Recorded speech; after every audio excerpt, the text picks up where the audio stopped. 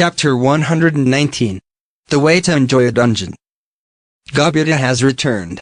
Milim seems to have beat some sense into him, judging by his broken state. Did he become stronger? I don't know. It does look painful though. Hehe, I finished. I cleared it. Gobita kept repeating this line. With a big nod. Yes, great job. I didn't think you could clear hell mode. Milim praised him. If Milim praised him, he must have truly accomplished something. When I asked him about it later, her training regimen was constant combat. Constantly fighting devils of equal fighting strength or higher. You have already reached the pinnacle of your power and will not be able to draw any more magical energy. But, that changes when you fuse with Renga. So, the only problem remaining is being used to controlling that power. Let Renga increase the power output, you focus on polishing your feel for it. Since then I've constantly worked to improve my battle sense. He said with a smile. Having acquired the extra skill Wiseman, his processing speed has increased. He has really become quite something. Now that Milim has come to play, I think it's time to take out the item I had prepared. Veldora, Ramirez, and Milim, these three are looking with great interest at the item in my hand. We are in Veldora's room, on the lowest floor of the dungeon. Gather around, folks.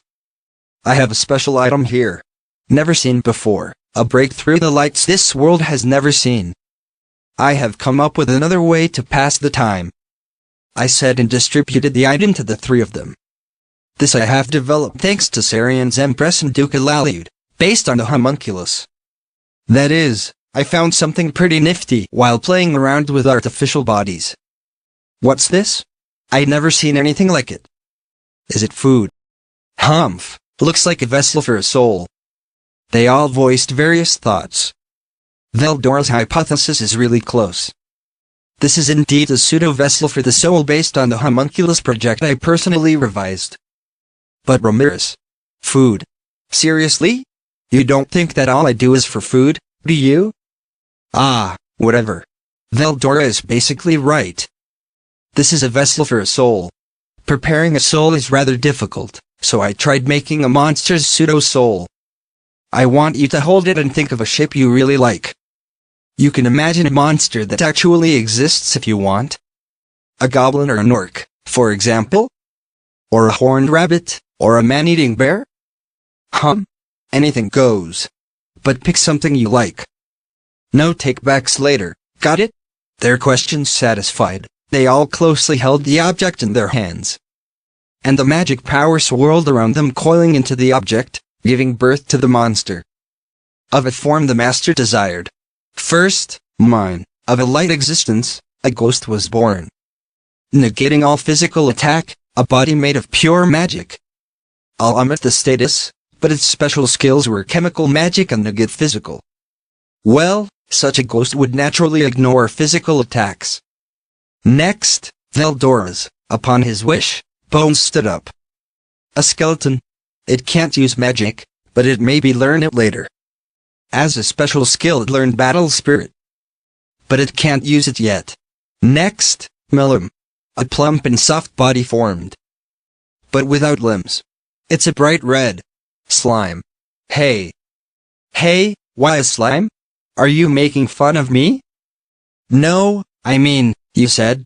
To pick a monster you really like. Is it a problem? Right back at me. Damn it.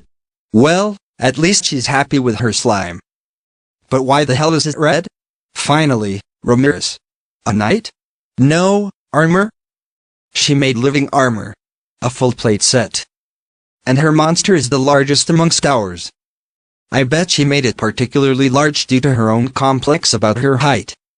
There is nothing inside the armor. Well, I guess it fits her. Everyone was staring at the monster they created in wonder. But the fun was yet to begin. Friends, please listen. Our fun has yet to begin. Please sit down somewhere and make yourself comfortable. Then, addressing your monster, recite the possession chant. Nodding at my words, they found a place to rest. It's Veldora's room, but he's got a bunch of chairs and cushions, so it's not hard to find a comfortable corner. and we recited the possession chant. My consciousness blacked out and quickly returned. I felt the radius of my magic perception decrease along with my overall perception of the world. The pseudo-senses are there, so this is still worlds better than when I first reincarnated. But the others have probably never experienced anything like it, so it must be tough.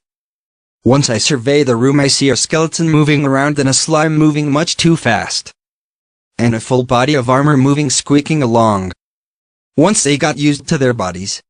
"This is amazing," they exclaimed. "Yes, this feels even better than I thought. Just like my own body. But my abilities have dropped, so it's hard to move. But, after recognizing its abilities, it'll be easy to predict actual movement. I'm already able to move it as I like. Yep, it's a success. Now then, you understand exactly what we should do with these forms?" Coo. What a foolish question. I already know. It's a game. What? Really, Veldora? Master. In that case, I must defeat enemies while in this form? And this body will grow. As expected of Veldora. He immediately understood what I wanted to do. Fufu, I knew you'd understand, Veldora. You have seen through my plan. Ramirez, we will not defeat enemies. We will conquer this labyrinth. And have these bodies level up. Oh, and of course we'll slaughter any adventures in our path. Ooh, I see. Yes, now I see the light in the end of the tunnel. Our faint hope for fun. For revival we put on Ramirez bracelets, and not those that break after a single use. And now then, we need equipment. If you can move around now, let's go see Kurobi for some equipment. I see. I am no skin and all bone. Fufu, what a fool. I am the high-speed ultra slime. I have no need for any equipment. Hey, listen. As a piece of armor. What else do I need? Who knows? He'll figure something out? Well, let's go. Milim, if you don't need anything, please watch the house for me. Don't be stupid. Even I need to pick out something nice. What a selfish kid. Of course, I too want some equipment. Let's return to our bodies, and go get some. To return, just wish 10 possession. You'll then return. I told them after returning to my body and storing the gem in a bag. By the way, Veldora and Ramirez returned, but Milim jumped on my lap in that form. And I'll go like this, she exclaimed. She seems to really enjoy it. So childish. Well, she's a kid. Kids will be kids, right? So we headed out.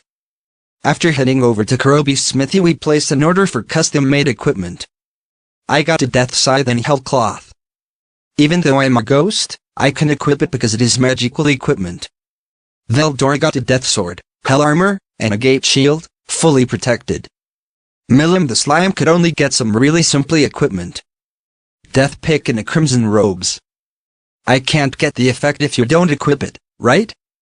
She mused with a smile on her face. Hey, as long as she's happy. And, Ramirez. I had a heavy full plate prepared for her. Ramirez was skeptical, and when she had her living armor equipped, her armor absorbed it. It then fell to pieces and was scattered with the wind. And came together, having changed from living armor to living custom armor. Not an evolution, but a clear change. Wow! It's so much easier to move now. As Ramirez said, her armor now moved as if someone had oiled it, really smooth motions. Seems like the armor had an effect on her mobility. Never would have expected that to happen. Happy Ramirez now went to pick out a weapon. Fun. I have no need of a shield, she said, and picked the heaviest and largest weapon. The death axe. It is the most overwhelming weapon, but is also hard to use. Well, anything goes, I guess. Normally she gets called a good for nothing, so all of this must have really fueled her ego. I got to see an interesting part of her. Thus, I, having shed physical form, specialize in magic. My class is a wizard. Maybe I'll learn some restoration magic later on. Veldora can do anything. He's also planning on learning some magic. His class is a magic knight, though he doesn't know any magic yet. Milim is a high-speed, one shot one kill kind of lass. Well, who wouldn't want to defeat an enemy with a single punch? The plan is to have her fall from the ceiling and trap our enemies. If it works, it's be great. If it doesn't, well, she can just run away then. She is fast. In a sense, she's the perfect slime. Her class is an assassin. We could have Sui teach her, but it's bad to have pleasure interfere with actual business. Ramirez is all about that strength. She may actually be pretty sturdy and reliable. Her class is a berserker. Not that she's mad, but that her swings are dangerous. Once she and Veldora get the hang of their classes, they'll make great tankers. Now then, our shiny new gear is ready and equipped.